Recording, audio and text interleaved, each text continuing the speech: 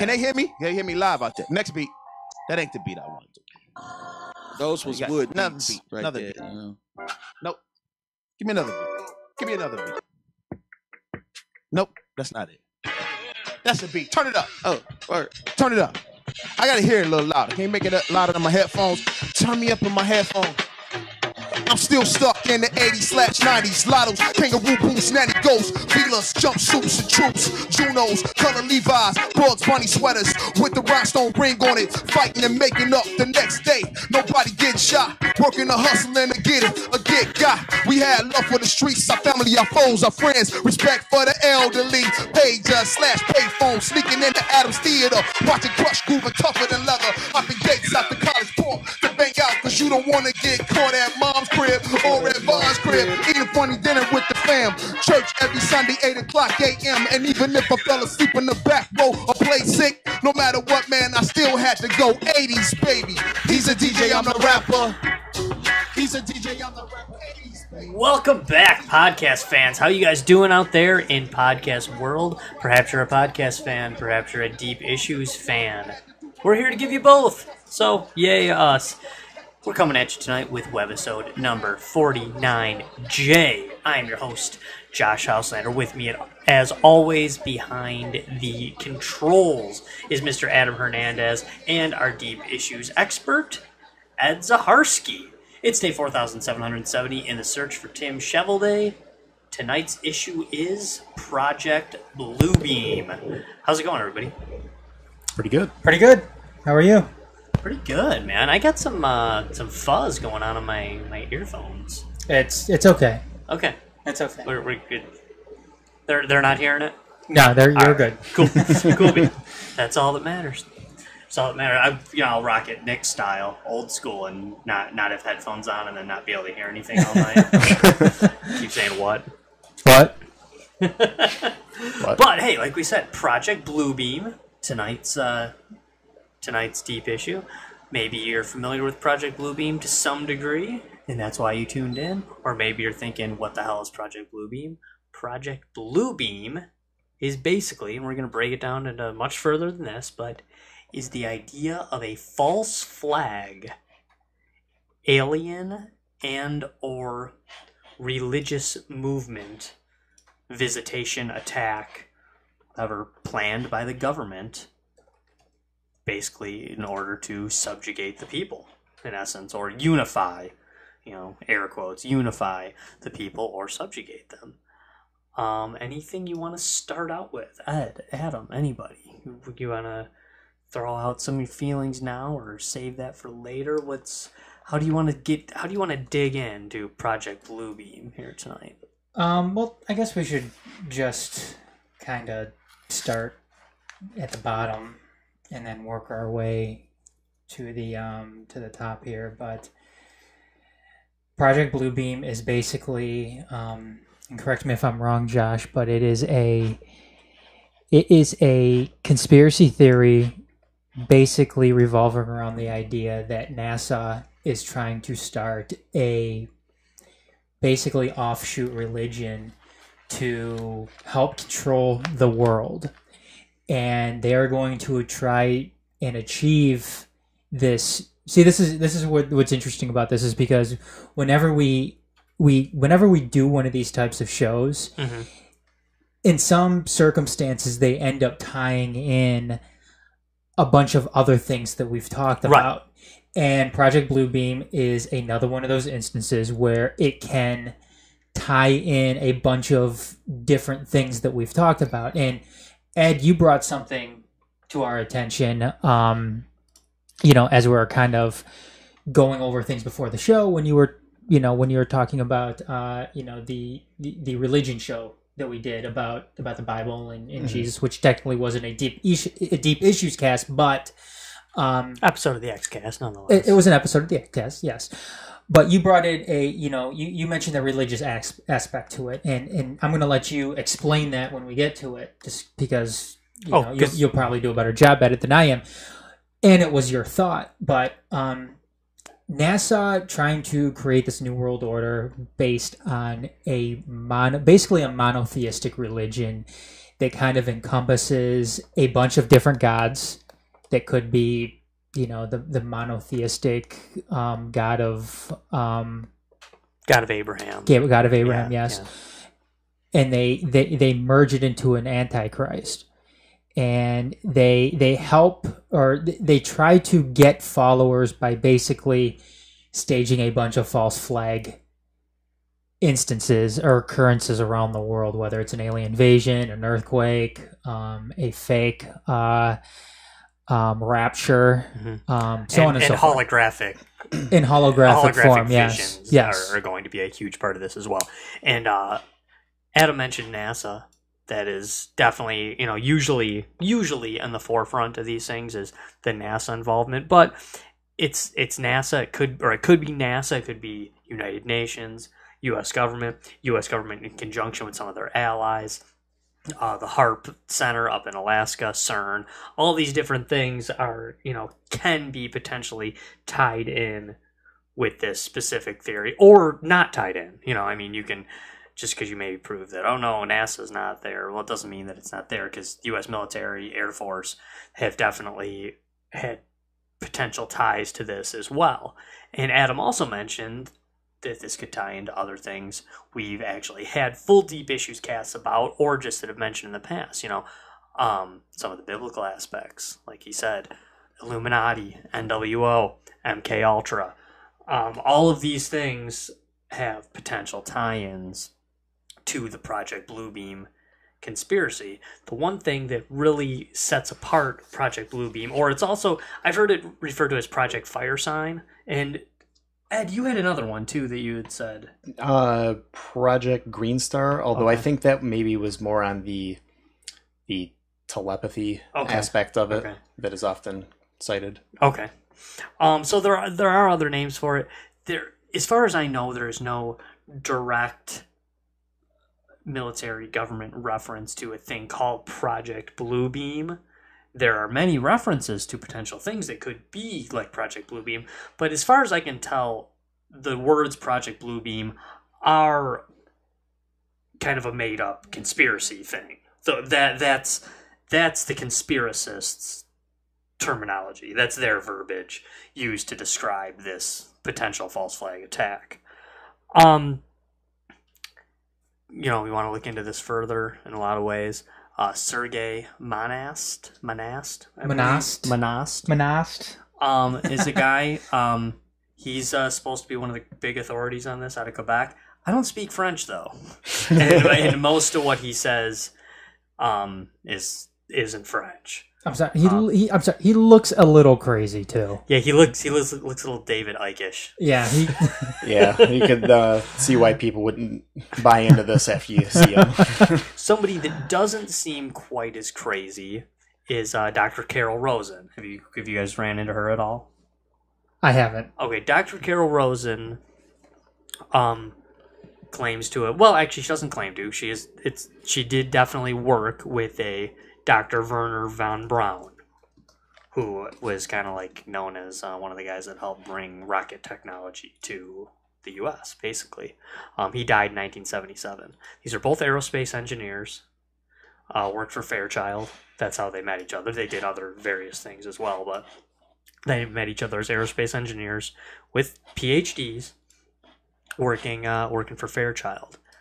So these people have legit credentials and are fairly respectable in other walks of life. He was dying of cancer in 1974 when she met him. And he pulled her aside and said that they had a plan to weaponize space. That the military-industrial complex was trying to come up with reasons to be able to spend trillions of dollars to weaponize space.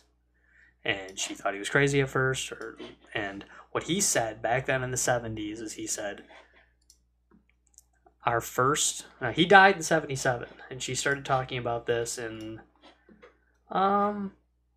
verified anyway on tape in, mid-90s, basically. So, some of the things you can say, by then, was why'd she hold on to it for so long? But some of the stuff is pretty prophetic, whether she was making it up or not. But according to according to Von Braun, he said that right now they're trying to say that the enemy is the Russians. That's why we need to come up with all this tech. He said then they're going to say the terrorists. Then they're going to move up to small country crazies, was what he said. Or, rogue states, as we call them now. He said then they're going to talk about asteroids. He said, and he said this, she said this is what he kept pressing to her. He said, and the final card that they're going to play is the aliens. They're going to finally say that we need it to protect ourselves from the aliens. And he said, and it's all nonsense. It's all nonsense. We don't need any of this stuff. And even then, she claims he was talking, suitcase bombs and things like that. And he said, it doesn't matter. None of this space tech can do it. They want to do it because it's expensive. And they need to be able to pump it through. I have a picture too of Sergei Monast. If you're watching us on Facebook Live or Periscope or YouTube, there he is. That's a recent picture too. He looks even crazier now than he used to. That's not the picture I saw of him earlier. He looked a little loony, but he looks even loonier now. But hey, that doesn't mean he's not right. Doesn't mean he is right either. Von Braun also claimed that, and Dr. Rosen claimed that their company, their portion of it, was tasked with creating a war in the Middle East. And that the space-based weapons that they were claiming that they were going to need to create to do this, that those things already existed. They were just trying to come up with ways to justify why they needed them and how they're going to divert more funds to them. She seemed to be one of the less crazy people out there, talking about this particular thing. I don't know. I don't know what this is. I don't know what to say necessarily about some of this stuff because it does sound crazy. I mean, this is one of these things that it really, it sounds very crazy. Can we go over the steps too?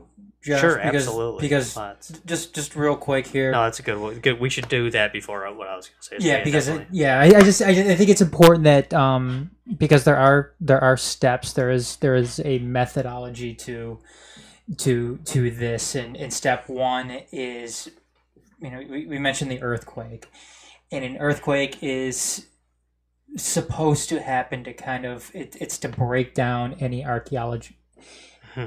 Any archaeological knowledge that we have in the world, and that there would be these new fake discoveries that kind of explain and debunk some of the current religious doctrine that we have. And break apart some of our known history. Exactly. Step two would be the space show, as they call it, where you would have holographic laser projections beamed all over the planet. And from here you would have, the gods will basically merge into one, and that one god would be the Antichrist. Isn't it more, though, that the human leader who takes charge is technically the Antichrist, though? I think so. You're correct. Yeah. I think that's what it's alluding to there is this whatever being they show. Yeah. Isn't the Antichrist. That's just the fake. The fake being, if you will. Well, and whoever takes over. It may even just be a human who is elected essentially to lead us against them. Right. Yeah, either lead us with them or against elected. them, or protect us from them, or unify us with them. Step three would be the telepathic electronic two-way communication that would make people think that the god is speaking to them, which would be obviously fake. They'd be using extreme low frequency radio waves to do this. And Something that is in the currently in the United States Patent Office is a machine that can supposedly do this. Okay, and step four, they say, has three parts to it. So that first part is making humanity think an alien invasion is about to occur in every major city, making the Christians think the rapture is about to happen. And then the third part of step 4 is a mixture of electronic and supernatural forces, allowing the supernatural forces to travel through fiber optics, coax power, and telephone lines to penetrate all electronic equipment and appliances that will by then all have a special microchip installed. So those are the 4 steps to this. Okay. And I guess the question you would ask is why? Why would the government do this? Why would whomever is, behind this, why would they do this? I guess the answer would be they would do this to create chaos. So they could then turn the systems against us. Civil liberties would no longer be a priority, and they could lead us into a one-world government or a series of military dictatorships that would be, under martial law. Is in it essence, the final synthesis of the New World Order? Sure. Yeah, exactly. This is the end game, if you will. And when we talk about this, and this is something we mentioned when we talked about Illuminati, we talked about New World Order, we talked about the secret societies. We just trying to lump them all in. I believe those were 3 different shows, actually. Basically, when we tried to break it down, when I remember before we asked, what's the difference between the NWO and the Illuminati? And because those aren't 2 warring factions. That is, in essence, kind of the same thing, but the NWO is the end game politically, governmentally. The Illuminati is the religion, if you will, of the NWO. The leaders, right. And what was the opposite of the Illuminati again? Or not the opposite? The Rosicrucians were a secret society, but they weren't the opposite. They were a group trying to achieve New World Order. In some ways, yes, but yeah, the Rosicrucians are supposedly the sworn enemy of the Illuminati. And when you mention that, I like that you mentioned that, Adam, because in essence, when you're talking about the creating chaos and sending world into upheaval, a lot of the tinfoil hats out there right now believe that the Illuminati or the secret societies, if you will, are in the middle of a civil war right now, and that tends to reflect worse forms of unrest when that's going on. So by that happening, if the Rosicrucians or whoever it may actually be, or the Illuminati, whoever it may actually be, if they're at war with each other, then this would be the type of thing, this would be like a great end game to throw off the power struggle, in essence. Did we get into what Manas said the end of the steps would be? Like No. What happens at the end? We did not. Do you want me to Sure, go into please. that? Because this was in his book. His book is just called Project Bluebeam, too, by the way. And he says in the 1994 lecture, he detailed what would happen afterwards. All people will be required to take an oath to Lucifer with a ritual initiation to enter the New World Order. Resistors would be categorized as follows. Christian children would be kept for human sacrifice or sexual slaves. Prisoners to be used as medical experiments. Prisoners to be used in living organ banks. Healthy workers in slave labor camps. Uncertain prisoners in the International Re-Education Center. Thence to repent on television and learn to glorify the New World Order. The International Execution Center. And an as of yet unknown 7th classification. And basically, in essence, now that's Monast's kind of view on, his end game for Project Bluebeam. Other people aren't necessarily saying that about Bluebeam, but that is a traditional and classic end game for Illuminati, for this idea that it's backed by a Luciferian cause and that it's demonic in nature, and that they're in essence trying to do away with our modern religion and free thinking as it be, in essence.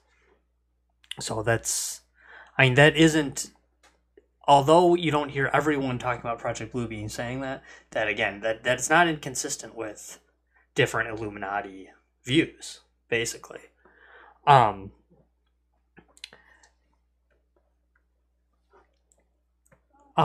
Ed, this might be a good time for you to jump into some of what you were talking about before, your Book of Enoch and Yeah, so as crazy as all this might sound, it actually kind of ties in biblically, and I guess let me just explain a little bit. If you're not familiar with the Book of Enoch, basically, so Enoch was Noah's grandfather, and it's not included in the Bible. It's not canon, but it is referenced by a couple books in the Bible. It essentially tells the story. You don't really get much in the Old Testament of what happened pre-flood. Adam and Eve were they were banished from the garden, and they populated the earth, and men grew wicked, and God had to destroy the entire earth with a flood. But yeah, they don't give you too many specifics on why and what they did to be wicked. Yeah, exactly. Yeah, you just you know that men were evil, and basically almost everybody and everything was wiped out.